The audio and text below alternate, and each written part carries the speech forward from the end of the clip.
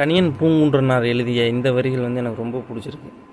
எப்படின்னா, பெரியோரை வியத்தலும் இளமே, சிறியோரை இகழ்தலும் அதலிலும் இளமே அப்படின்னு சொல்லியிருப்பார். அப்போ அதுக்கான ஒரு சின்ன கதை தான் இது.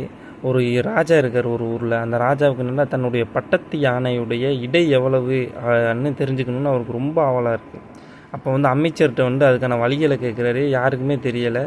எல்லாம் முழிச்சுக்கிட்டு இருக்கல. அங்கே இருக்கக்கூடிய அமைச்சருடைய ஒரு மகன் என்ன சின்ன பையன் அவன் சொல்கிறாரு, அதை நான் செய்கிறேன் அப்படிங்கிறாரு. எல்லாரும் அவரை பார்த்து ஏளனமாக சிலிக்கிறாங்க. அது எப்படி ஒன்று வேலை முடியும் அப்படின்னு சொல்லிட்டு.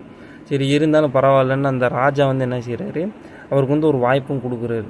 கொடுத்தா அந்த யானையை நதிக்கரைக்கு இழுத்துட்டு போகிறான். இழுத்துட்டு போனோடனே ஒரு கப்பல் இருக்குது, ஒரு படகுல அந்த யானையை ஏற்றுறான்.